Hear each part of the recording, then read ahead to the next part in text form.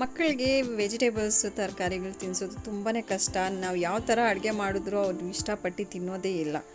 So ಈ ರೀತಿ ನೀವು ಪಲ್ಯ ಮಾಡಿ ತಿನ್ನಿಸಿ ಚಪಾತಿ ಜೊತೆಯಲ್ಲಿ ಸೂಪರಾಗಿರುತ್ತೆ. ಟೇಸ್ಟ್ ಮಾತ್ರ ಸೂಪರಾಗಿರುತ್ತೆ. ಮಾಡೋದ್ರಲ್ಲಂತೂ ತುಂಬಾ ಈಸಿ. ಮಾಡೋದು ಹೇಗೆ ಅಂದ್ಬಿಟ್ಟು ನಿಮ್ಮ ಜೊತೆ ಶೇರ್ ಮಾಡ್ತೀನಿ, ಈಸಿ ಮೆಥಡ್. ನಡೀರಿ ವಿಡಿಯೋ ಸ್ಟಾರ್ಟ್ ಮಾಡೋಣ. ಮೊದಲಿಗೆ ಇಲ್ಲಿ ಒಂದು ಕಡಾಯಿ ತೊಗೊಳ್ಳೋಣ. ಕಡಾಯಿನಲ್ಲಿ ಹಾಕೋಣ ರೀ ಅರ್ಧ ಕಪ್ಪಷ್ಟು ಎಣ್ಣೆನ ಚೆನ್ನಾಗಿ ಬಿಸಿಯಾಗಿ ಬಿಡೋಣ. ಎಣ್ಣೆ ಚೆನ್ನಾಗಿ ಬಿಸಿ ಆಗಿದ ತಕ್ಷಣ ಇದರಲ್ಲಿ ಹಾಕೋಣ ರೀ ಈರುಳ್ಳಿ, ಒಂದು ಮೀಡಿಯಮ್ ಸೈಜ್ ಈರುಳ್ಳಿ ಇದರಲ್ಲಿ ಹಾಕ್ತಾ ಇದ್ದೇನೆ. ಸೊ ಈ ಪಲ್ಯನ ನೀವು 4ರಿಂದ 5 ಜನ ಈಸಿಯಾಗಿ ತಿನ್ನಬಹುದು. ತುಂಬಾ ಈಸಿಯಾಗಿ ಮಾಡಿ ತೋರಿಸ್ತೀನಿ. ದಯವಿಟ್ಟು ವಿಡಿಯೋನ ಸ್ಕಿಪ್ ಮಾಡ್ದೇನೆ ಪೂರ್ತಿಯಾಗಿ ನೋಡಿ, ಆಗಲೇ ನಿಮಗೆ ಗೊತ್ತಾಗುತ್ತೆ ಎಷ್ಟು ಈಸಿಯಾಗಿದೆ ಈ ಮೆಥಡ್ ಅಂದ್ಬಿಟ್ಟು. ಸೊ ಈರುಳ್ಳಿ ಹಾಕಿದ್ಮೇಲೆ ಚೆನ್ನಾಗಿ ಸ್ವಲ್ಪ ಸಾಫ್ಟ್ ಆಗೋವರೆಗೂ, ಲೈಟಾಗಿ ಕಂದು ಬಣ್ಣ ಬರೋವರೆಗೂ ಇದನ್ನು ಫ್ರೈ ಮಾಡ್ಕೊಂಡಿದ್ದೀನಿ. ಈಗ ಇದರಲ್ಲಿ ಹಾಕೋಣ 1 ಟೀ ಸ್ಪೂನ್ ಬೆಳ್ಳುಳ್ಳಿ ಶುಂಠಿ ಪೇಸ್ಟ್ ಹಾಕಿದ್ಮೇಲೆ ಇದನ್ನು ಚೆನ್ನಾಗಿ ಫ್ರೈ ಮಾಡ್ಕೊಬೇಕು. 2ರಿಂದ 3 ನಿಮಿಷದವರೆಗೂ, ಹಸಿ ವಾಸನೆ ಹೋಗೋವರೆಗೂ ಇದನ್ನು ಚೆನ್ನಾಗಿ ಫ್ರೈ ಮಾಡಬೇಕು. ಗ್ಯಾಸ್ ಫ್ಲೇಮ್ನ ಹೈಯಲ್ಲಿ ಇಕ್ಕಿ 2ರಿಂದ 3 ನಿಮಿಷದವರೆಗೂ ಇದನ್ನು ಚೆನ್ನಾಗಿ ಫ್ರೈ ಮಾಡ್ಕೊಳ್ಳೋಣ. ಫ್ರೈ ಮಾಡಿದಾದಮೇಲೆ ಇದರಲ್ಲಿ ಹಾಕ್ತಾ ಇದ್ದೀನಿ ರೀ ನಾನು ತೊಗೊಂಡಿರುವಂಥ ತರಕಾರಿಗಳು. ಮೊದಲಿಗೆ ಇಲ್ಲಿ ನಾನು ತೊಗೊಂಡಿದ್ದೀನಿ ಕ್ಯಾಪ್ಸಿಕಮ್ 1, ಆಲೂಗಡ್ಡೆ 1, ಅದ್ರ ಜೊತೆಗೆ ಹಾಕ್ತಾಯಿದ್ದೀನಿ 1 ಕ್ಯಾರೆಟು, ಸ್ವಲ್ಪ ಬೀನ್ಸು. ನೀವು ಕ್ವಾಂಟಿಟಿ ನೋಡ್ಕೊಳ್ಳಿ, ಹೆಚ್ಚು ಕಮ್ಮಿ ನೀವು ಹಾಕ್ಬೋದು. ಬೇರೆ ಥರ ನೀವು ವೆಜ್ಜೀಸ್ ಹಾಕೋ ಹಾಗಿದ್ರೆ ಬೇರೆ ಥರ ವೆಜ್ಜೀಸು ನೀವು ಇದರಲ್ಲಿ ಆ್ಯಡ್ ಮಾಡ್ಬೋದು. ಈಗ ಇದು ಚೆನ್ನಾಗಿ ಫ್ರೈ ಆಗಿದೆ. ಈಗ ಇದನ್ನು ಒಂದೊಂದಾಗಿ ನಾವು ಏನೆಲ್ಲ ತರಕಾರಿ ತೊಗೊಂಡಿದ್ವಿ ಅದೆಲ್ಲ ಇದರಲ್ಲಿ ಆ್ಯಡ್ ಮಾಡೋಣ. ಮೊದಲಿಗೆ ಇದರಲ್ಲಿ ಆ್ಯಡ್ ಮಾಡ್ತಾ ಇದ್ದೀನಿ ರೀ ಕ್ಯಾರೆಟ್.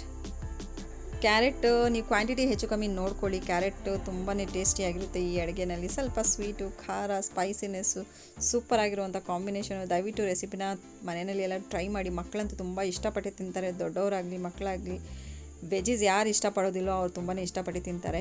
ಎಲ್ಲ ತರಕಾರಿಗಳು ಹಾಕಿದ್ಮೇಲೆ ಇದನ್ನು ಚೆನ್ನಾಗಿ ಒಂದು ಸತಿ ಮಿಕ್ಸ್ ಮಾಡ್ಕೊಳ್ಳೋಣ. ಮಿಕ್ಸ್ ಮಾಡಿದ ಮೇಲೆ ಗ್ಯಾಸ್ ಫ್ಲೇಮ್ನ ಲೋ ಅಲ್ಲಿಕ್ಕೆ ನಾನು ಮಿಕ್ಸ್ ಮಾಡ್ತಾಯಿದ್ದೀನಿ, ಇನ್ನೂ ಹೈನಲ್ಲಿ ಇಕ್ಕಿಲ್ಲ. ಸೊ ಚೆನ್ನಾಗಿ ಮಿಕ್ಸ್ ಮಾಡಿದಾದಮೇಲೆ ಇದರಲ್ಲಿ ಹಾಕ್ತಾಯಿದ್ದೀನಿ ರೀ 2 ಮೀಡಿಯಮ್ ಸೈಜ್ ಟೊಮ್ಯಾಟೊ ಹಾಕಿ ನಾನು ನೀರು ಹಾಕೋದಿಲ್ಲ, ಯಾಕಂದರೆ ಟೊಮ್ಯಾಟೊನಲ್ಲಿ ನೀರಿನ ಅಂಶ ಇರುತ್ತೆ. ಸೊ ಇದನ್ನು ತರಕಾರಿನ ಚೆನ್ನಾಗಿ ಬಾಯ್ಲ್ ಮಾಡೋದಕ್ಕೆ ಟೊಮ್ಯಾಟೊನೇ ಸಾಕು. ಜೊತೆಗೆ ಇದರಲ್ಲಿ ಹಾಕ್ತಾಯಿದ್ದೀನಿ ಉಪ್ಪು, ರುಚಿಗೆ ತಕ್ಕಷ್ಟು. ನೀವು ಉಪ್ಪು ಹೆಚ್ಚು ಕಮ್ಮಿ ಹಾಕ್ಕೊಳ್ಳಿ, ಟೇಸ್ಟ್ ಯಾವ ಥರ ಬೇಕೋ ಆ ಥರ. ಉಪ್ಪು ಹಾಕಿದ್ಮೇಲೆ ಚೆನ್ನಾಗಿ ಇದನ್ನು ಮಿಕ್ಸ್ ಮಾಡ್ಕೊಳ್ಳೋಣ.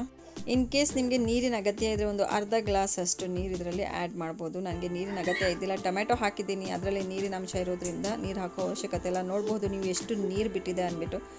ಈ ಟೊಮ್ಯಾಟೊ ರಸದಲ್ಲೇ ನಾವು 50% ಅಷ್ಟು ತರಕಾರಿಗಳನ್ನ ಚೆನ್ನಾಗಿ ಫ್ರೈ ಮಾಡ್ಕೊತಾ ಇದ್ದೀನಿ.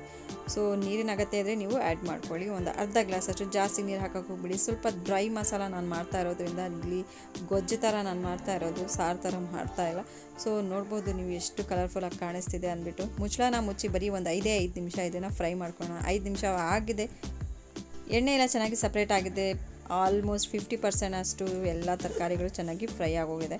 ಸೊ ಇನ್ನು ಮಿಕ್ಕಿದ್ದು ನಾವು ಮಸಾಲೆ ಹಾಕಿ ಇದರಲ್ಲಿ ಫ್ರೈ ಮಾಡ್ಕೊಳ್ಳೋಣ. ಈಗ ಇದರಲ್ಲಿ ಹಾಕೋಣ ರೀ ಒಂದು ಅರ್ಧ ಚಮಚಗಿಂತ ಕಮ್ಮಿ ಅರಿಶಿನ ಪುಡಿ, 1 ಟೀ ಸ್ಪೂನ್ ಧನಿಯಾ ಪೌಡರ್, 1 ಟೀ ಸ್ಪೂನ್ ಖಾರ ಪೌಡರ್, ಜೊತೆಗೆ ಹಾಕೋಣ ಒಂದು ಅರ್ಧ ಟೀ ಸ್ಪೂನ್ಗಿಂತ ಕಮ್ಮಿ ಜೀರಿಗೆ ಪೌಡರ್. ಸೊ ಇದನ್ನೆಲ್ಲ ಹಾಕಿದ್ಮೇಲೆ ಚೆನ್ನಾಗಿ ಇದನ್ನು ಮಿಕ್ಸ್ ಮಾಡ್ಕೊಳ್ಳೋಣ. ಚೆನ್ನಾಗಿ ಮಿಕ್ಸ್ ಮಾಡಿದ ಆಗಿದೆ. ನೋಡ್ಬೋದು ನೀವು ಎಷ್ಟು ಕಲರ್ಫುಲ್ಲಾಗಿ ಕಾಣಿಸ್ತಿದೆ ಅಂದ್ಬಿಟ್ಟು. ಎಷ್ಟು ಘಮ ಅಂತ ಸ್ಮೆಲ್ ಬರ್ತಿತ್ತು ಗೊತ್ತಾ. ಸೊ ಈಗ ಇದರಲ್ಲಿ ಹಾಕ್ತಾ ಇದ್ದೀನಿ ರೀ ಸೊಪ್ಪು. ನೀವು ಯಾವುದೇ ಥರ ಸೊಪ್ಪು ಬೇಕಾದರೂ ಇದರಲ್ಲಿ ಆ್ಯಡ್ ಮಾಡ್ಬೋದು. ಪಾಲಕ್ ಸೊಪ್ಪಾಗಿರಲಿ, ಮೆಂತ್ಯ ಸೊಪ್ಪಾಗಿರಲಿ, ಪ್ಲಸ್ ಏನಂತಾರೆ ಅದು ಸಬ್ಬಕ್ಕಿ ಸೊಪ್ಪು, ನಿಮ್ಗೆ ಯಾವ್ದು ಇಷ್ಟ ಸೊಪ್ಪು ಆ ಸೊಪ್ಪು ಇದರಲ್ಲಿ ನೀವು ಆ್ಯಡ್ ಮಾಡಿ. ಸೊ ನನಗೆ ಯಾವ ಸೊಪ್ಪು ಇಷ್ಟ ಆಯಿತು ನಾನು ಅದು ಆ್ಯಡ್ ಮಾಡಿದ್ದೀನಿ. ಇದು ಸೊಪ್ಪು ಹಾಕಿದ್ಮೇಲೆ ನೀಟಾಗಿ ಇದ್ರ ಮೇಲೆ 1 ಟೀ ಸ್ಪೂನ್ ಅಷ್ಟು ಗರಂ ಮಸಾಲ ಪೌಡರ್ ಇದರಲ್ಲಿ ಆ್ಯಡ್ ಮಾಡ್ತಾಯಿದ್ದೀನಿ. ಸೊಪ್ಪು ಹಾಕಿದ್ಮೇಲೆ ದಯವಿಟ್ಟು ಒಂದು ಟಿಪ್ಸ್ ನೆನಪಿಟ್ಕೊಳ್ಳಿ, ಸೊಪ್ಪು ಹಾಕಿದ್ಮೇಲೆ ದಯವಿಟ್ಟು ಮಿಕ್ಸ್ ಮಾಡೋಕ್ಕೆ ಹೋಗಬೇಡಿ. ಅದ್ರ ಮೇಲೆ ಗರಂ ಮಸಾಲ ಹಾಕಿ ಒಂದು ಹೈ ಫ್ಲೇಮಲ್ಲಿ ಬರೀ 5 ನಿಮಿಷ ಅಷ್ಟೇ, ಜಾಸ್ತಿನೂ ಇಲ್ಲ, ಬರೀ 5 ನಿಮಿಷ ಇದನ್ನು ಫ್ರೈ ಮಾಡೋಕ್ಕೆ ಬಿಡೋಣ.